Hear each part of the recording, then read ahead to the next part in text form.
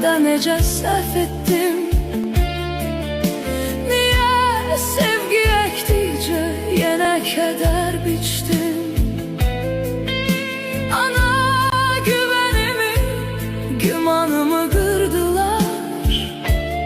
Ümidimi, xəyalımı məndən aldılar. Yenə uşaq olardım, əlindən tutardım.